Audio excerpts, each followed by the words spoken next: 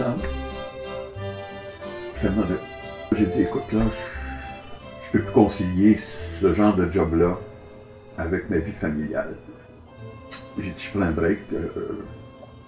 Ben, il dit, pas trop loin parce que on est en train de concocter un petit projet avec l'évêque puis sa gang Marois, là. On est en train de penser à un fonds, Corvée Habitation. Il dit, on s'en va dans une espèce de sommet économique que l'évêque avait convoqué, puis les chefs syndicaux, les patrons, le grand sommet économique de Québec. Fait que je suis ça de loin, de mon petit Saint-Césaire, tranquille, de verte campagne. J'étais travailleur autonome à ce moment-là. J'avais quitté mes fonctions comme directeur de l'éducation. J'étais travailleur autonome. Et à un moment donné, là, c'est Jean-Guy Frenette qui m'appelle. Il dit, là, il faut que tu sortes de ta retraite, Normand. Il dit, on a un petit projet pour toi. On part un fonds de solidarité. J'ai dit, vous êtes malade. La FTQ, il n'y a pas une scène, la FTQ. Ils ne sont même pas capables d'engager un consultant pour...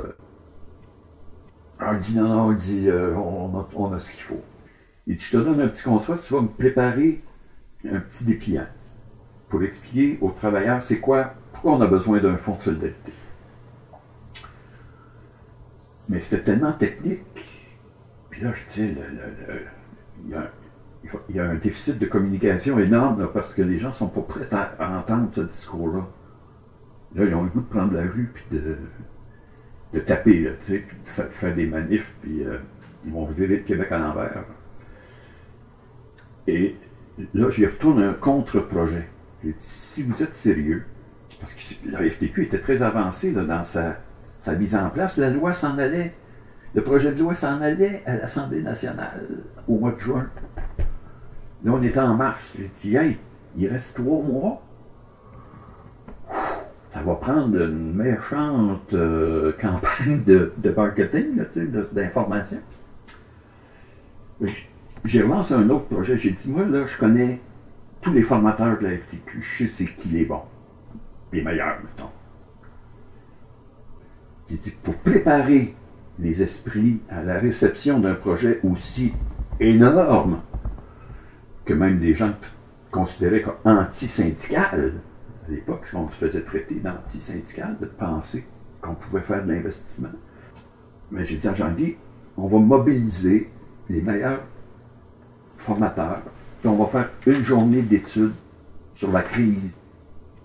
On va l'analyser, on va la décortiquer, puis on va se poser la question, qu'est-ce qu'on fait? Mais on va le faire de façon ordonnée. Puis à chaque fin de journée qu'on va passer avec les gens, on va noter leurs suggestions. Puis on va faire un plan d'action, puis on va intégrer le fond là-dedans. Donc ça ne sera pas juste le débat sur le fond, ça va être un débat sur la crise et les moyens de sortie de crise. Mais là, il dit, ça va coûter cher, ça? Ben, j'ai dit, vous n'avez pas de ressources? Non, on a juste un budget pour un petit dépliant. Ben là, vous n'irez pas bien loin. Votre petit bateau, là, il ne traversera même pas le fleuve Saint-Laurent. J'ai dit, attends, je vais aller te trouver du financement. J'appelle Marois. J'appelle Pierre. Pierre, j'explique mon affaire. Pierre. On fait un blitz 3 mois. Ça me prend 12 formateurs, 3000 cahiers de formation, des frais de déplacement. Je libère les gens sur le temps. Ils ne paieront pas sur leur temps de travail. Ils vont être libérés et payés par leur syndicat. Moi, je vais rembourser leur syndicat. Il me dit, donne-moi 2 minutes. Il y a quelqu'un qui va t'appeler. Aubert Ouellet, son sous-ministre, il dit, M. Garon, je vous rencontre demain à la FTQ. J'y explique tout mon projet. 250 000. Une semaine plus tard, la FTQ recevait le chèque. Ben, la moitié, puis l'autre moitié sur la présentation de rapport. Là, j'ai dit, oh, ben, je pense que je me suis fait je me suis mis le doigt dans le tordeur.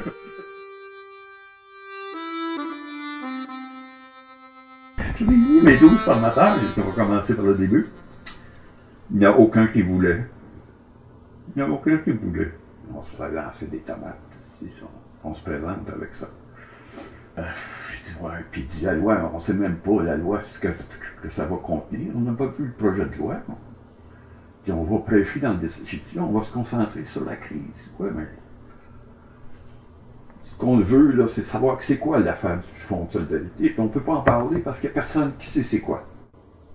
Ben Laberge, j'étais pas capable de... Il y avait Jean-Guy qui était capable de tracer de contours. Puis il se faisait beaucoup aider par Blanchette puis la gang de la SDC, là, qui étaient un peu ses conseillers techniques pour mettre tous les morceaux, faire tenir les morceaux ensemble. Mais la mosaïque totale, il n'y a pas grand monde qui l'avait comme vision. Là, t'sais. Fait qu'ils ont refusé d'embarquer. Fait que j'ai mis les fonds en fiducie. J'ai dit, OK, on va attendre la loi. En juin 1983. Là, j'avais la loi. J'avais mon sketch de formation sur la crise. Et là, j'étais capable de bâtir la journée 2 en disant aux gens, voici ce que la FTQ a designé comme profil d'un fonds. Donc, on a travaillé tout l'été à bâtir le manuel de formation qui s'est appelé « La crise des années 80 », qui est un document qui m'a été inspiré d'un document suédois que j'avais vu à l'époque, qui était très mâchouillé. Là, chaque étape était bien expliquée, puis c'était bien... L'engrenage était parfait. Là. C'est vraiment... J'étais très fier de ce document-là, qui a été un success story là, énorme. Là, j'ai rappelé mes formateurs, parce qu'eux autres, ils disaient, nous, on n'ira pas rencontrer notre monde si on ne sait pas c'est quoi cette patente de fond. Là, je leur ai présenté le sketch. Et là, ils ont embarqué. Là, j'ai été chercher le 250 000. Là, j'ai dit, on a du fuel, on a des moyens financiers. Vous voulez. Alors, j'avais une équipe de quinzaine de formateurs de tous les syndicats. J'avais choisi 2 par syndicat. Et je voulais toujours que ce soit un tandem homme-femme. Un gars, une fille qui donne le cours. Parce que, quand tu arrives, j'avais appris ça du côté de mon expérience aux ACEF, quand tu parles de finances à un homme, il en retient à peu près 15%. Quand tu parles de finances à une femme, elle va chercher l'autre 85%.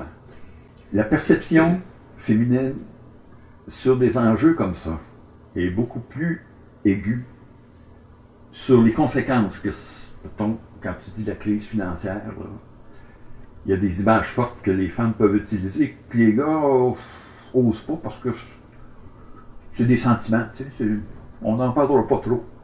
Fait que le fait d'avoir un tandem comme ça, là, ça faisait une chimie. Puis en plus, on s'adressait de plus en plus à des groupes où les femmes étaient très présentes. Elles arrivaient sur le marché du travail, elles s'impliquaient dans les structures syndicales.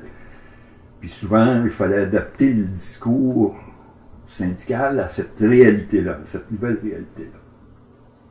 Et ça a été formidable parce que à chaque fois qu'on formait, et c'était 2 jours, on formait quelqu'un, à la fin, on lui faisait remplir petite fiche d'évaluation, puis la dernière question, c'est si vous aviez un jour à lever la main sur une question comme seriez-vous en faveur de créer au sein du milieu syndical des fonds d'investissement pour la création d'emplois? Ben, j'avais des 100% tout le temps. Peut-être moins dans la fonction publique. Là. J'ai eu des coups un peu plus difficiles, là, des groupes plus difficiles, plus critiques. Puis là, quand je voyais ça, j'appelais Laberge. S'ils sont au Congrès, ce monde-là, là, je dis que ça va voter fort dans le tabarouette. Je donnais, à toutes les semaines, je faisais un petit compte rendu. J'ai dit là, cette semaine, on était dans le papier à Trois-Rivières, on était sur la Côte-Nord, on était en Abitibi dans les mines, là, puis je te dis, ça sort très fort. Fait que j'ai fait pendant septembre, octobre, novembre la tournée du Québec, mais de mon bureau. J'avais mes gens sur le terrain. Quand il y avait un problème, une question trop difficile, j'étais en ligne directe avec eux, en soutien, en disant « Oh, cette question-là, là, c'est la première fois qu'on la voit, je vais aller te chercher la réponse avant que ton cours se termine. » Donc, on avait une structure d'appui. Puis j'ai fini toute la tournée, il restait encore 50 000 dans le pot. Ça n'a fait pas coûter si cher que ça, parce que quand les syndicats ont vu ça, ils ont dit, ben là, on est capable d'en mettre une autre. On est capable de payer des dépenses à notre monde. Puis la FTQ garde son argent, là, on n'a pas besoin de ton argent. J'avais retourné un chèque à Pierre en disant, mission accomplie.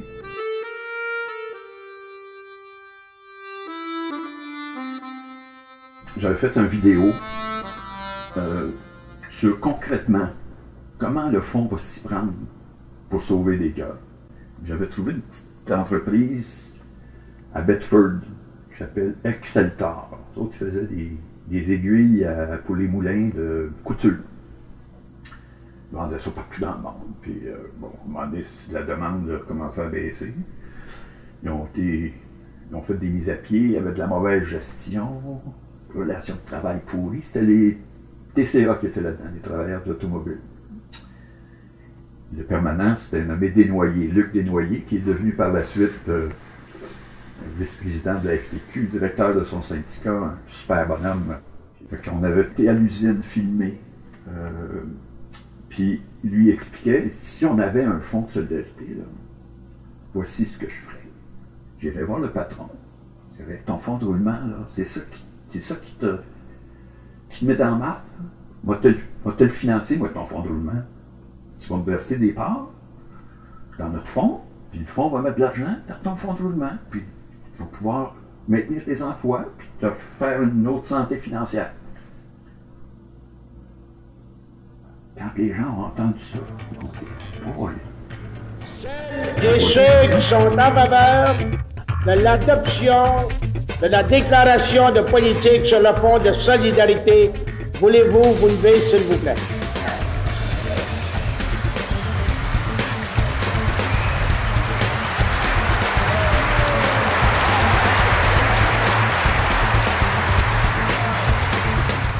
Fait que ça a été mission accomplie. La Belge, quand le vote a été pris, il me regarde comme ça, il fait, en disant, t'as été chercher le vote, puis là, on est en business, on a l'appui des membres, c'est voté au Congrès, on a la loi qui est à l'Assemblée nationale, on part le fond.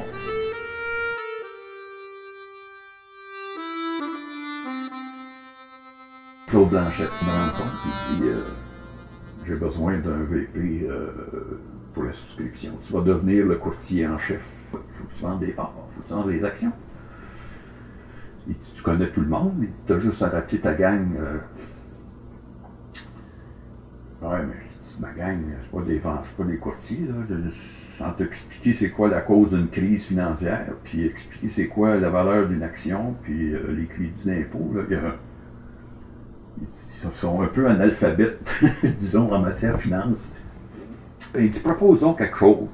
Que je prends ma période des fêtes, puis je lui ressors d'un bout, puis de l'autre. Puis là, je me rappelais qu'à la FTQ, il y a des gens qui faisaient les rapports d'impôts des chums. Tu sais, il y en a toujours un snap là, qui dit ouais, moi je vais te faire ça, donne-moi 20$, moi te le faire ton rapport d'impôt. C'est pas des gens impliqués dans la structure, mais ils sont aux assemblées. De temps en temps, on pose une question.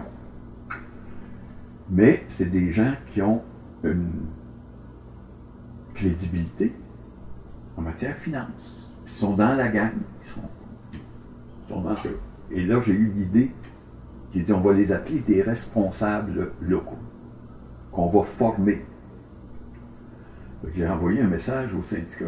Tous ceux là, qui font les rapports d'impôts dans les usines, là, puis dans les bureaux, puis dans tous les milieux de travail, là, essayez donc de les approcher pour leur parler de ce projet du fonds. Puis, si vous avez des candidatures, moi, je vais les former. Et là, tranquillement. Là, les présidents des syndicats voulaient tous aller à la formation. Alors, ils venaient suivre la formation. Là, j'avais bâti un cours de 2 jours sur comment on devient un responsable local. Qu'est-ce qu'il faut savoir en tant que responsable du fonds? Et là, la berge disait, mais là, ça va prendre un temps fou, là. Former du monde avant qu'on ramasse de l'argent, ça va prendre des années. Je lui ai dit, attends. Donne-moi 2 ans.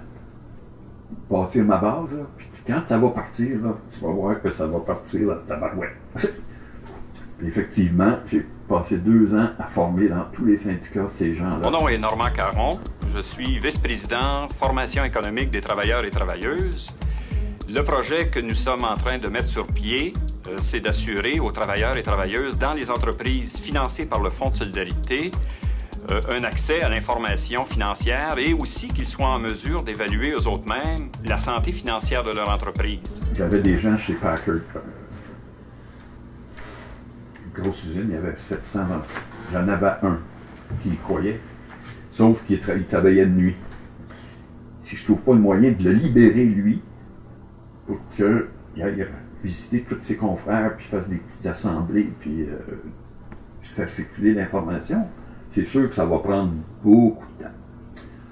Fait que là, j'ai négocié avec Blanchette, j'ai dit là, tu me donnes des fonds. Tu vas me mettre un fonds sur pied pour que moi je puisse libérer ces gens-là qui veulent, mais qui n'ont pas soit le temps ou les ressources pour les épauler.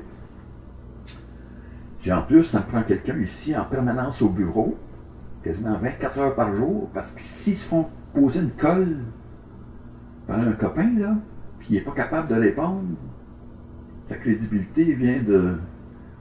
Puis il y avait des ennemis de ce projet-là, là. On n'avait pas juste des ennemis, hein. Il y en avait qui tiraient à boulet rouge. Alors j'avais des gens au bureau qui étaient là en soutien technique. Chaque fois qu'il y avait une question qui était imprévue ou qu'on n'avait pas vu venir, là on mettait une recherche en place. On disait, bon, il faut creuser cette patente-là. Les crédits d'impôt du Québec sont-ils compatibles avec les crédits d'impôt du fédéral? Tu sais, il y en avait là, qui complexifiaient la machine. Là. Et j'ai dit, c'est des bénévoles. Là, il a dit, t'es malade. Carlon, il est malade. Voilà si les gens vont commencer à vendre des actions bénévolement. Ils vont vouloir une commission? Non. Ça va être un travail syndical. Il y en a qui s'occupent des griefs, il y en a qui s'occupent de la santé et sécurité.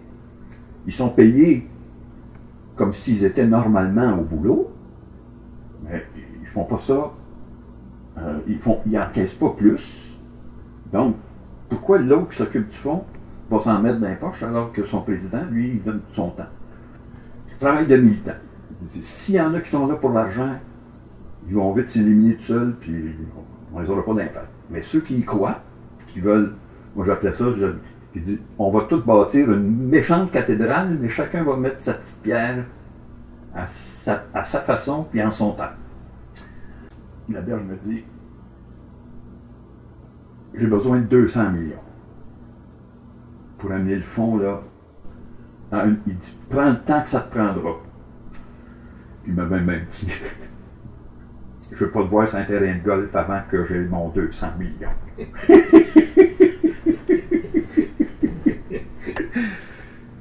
Il était bien spécial, la berge. Il y avait une façon d'envoyer des messages clairs, nets, précis. Tu n'avais pas à te poser des questions sur qu'est-ce qu'il voulait dire, il disait. Mais en même temps, ça avait l'avantage d'être très stimulant. Alors, c'est ça, j'ai occupé toute cette période de ma vie à bâtir le réseau, qui est encore là aujourd'hui, 30 ans plus tard, qui est encore très opérationnel. Bien sûr, il y a du renouvellement. Il y en a qui quittent, il y en a qui sont formés. Il y a encore, le programme de formation DRL est encore en place. Ça a pris exactement 5 ans. J'ai commencé cette patente-là en 84, puis en 89, je disais, voici Monsieur Laberge, je peux aller jouer au golf.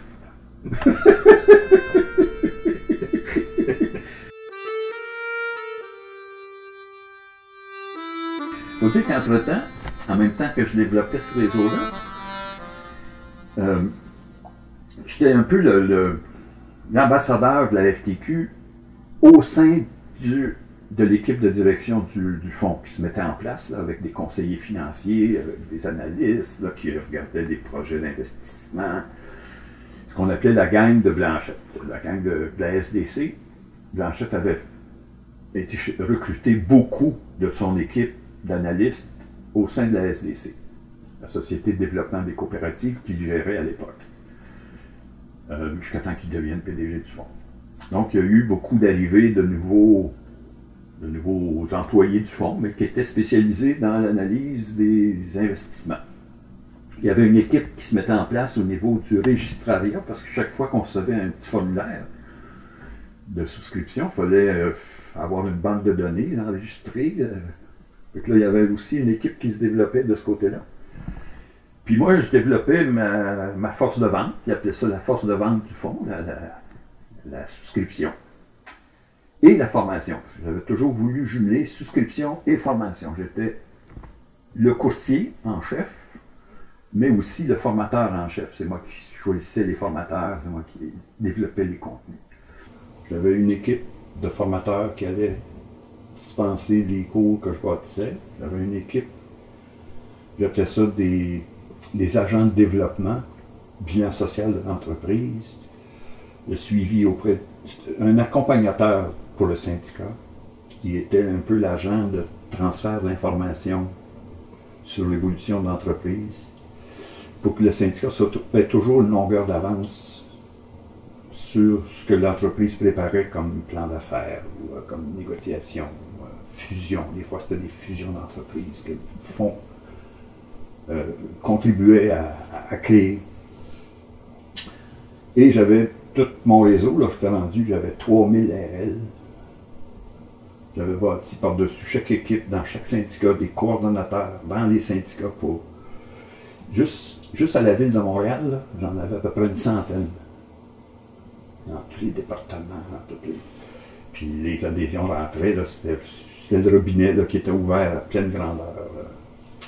Ce qui fait qu'à chaque année, on doublait ce que les travailleurs mettaient là-dedans. On est passé de 200 à 400 à 800. Et là c'était devenu une machine à pièces. C'était vraiment le Klondike. Il m'appelait le père des RL. Puis ça, c'était la prunelle de mes yeux, là, parce que je me disais, eux vont être les garants de l'enracinement syndical du fonds. Un moment stratégique, ça a été quand j'ai pu vaincre les résistances de certains directeurs syndicats qui disaient toujours, oui, mais nos permanents, nos négociateurs, ils n'ont pas cette information-là. J'ai dit, ben, sortez-moi là, je vais toutes les former. Alors, pendant 15 semaines consécutives, 3 jours par semaine, je les enfermais dans une salle, puis je leur diffusais mon cours. Je leur apprenais je leur remettais une calculatrice, comment calculer des ratios, comment calculer la rentabilité.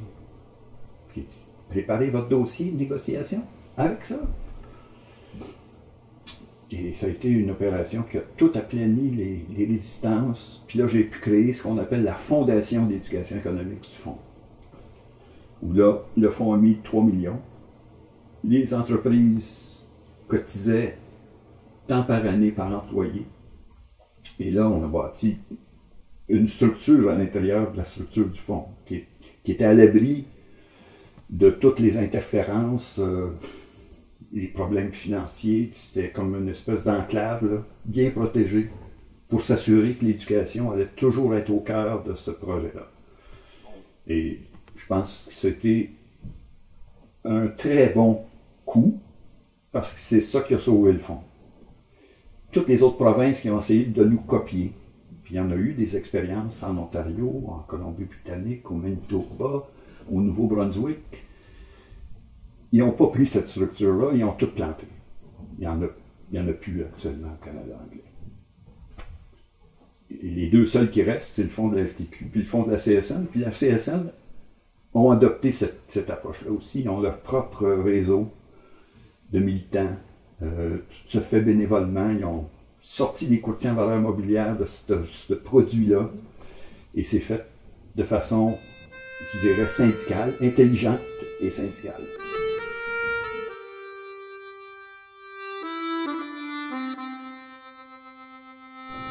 Là, j'ai été obligé de tourner la page parce que je passais mon temps en réunion. Puis ça me manquait, ça, ce contact quotidien avec les gens. Puis j'ai décidé de quitter le fonds parce que je ne me voyais pas comme un gestionnaire permanent là, pour accompagner le développement de cette structure-là. Alors, je suis reparti à mon compte. J'ai fait de 83 à 93, un 10 ans, là, à fond la caisse. Toujours avec la même complicité de ma compagne qui me voyait souvent partir pour des longues périodes. Qui disait, bon, si tu y crois, vas-y, puis fais ce que dois.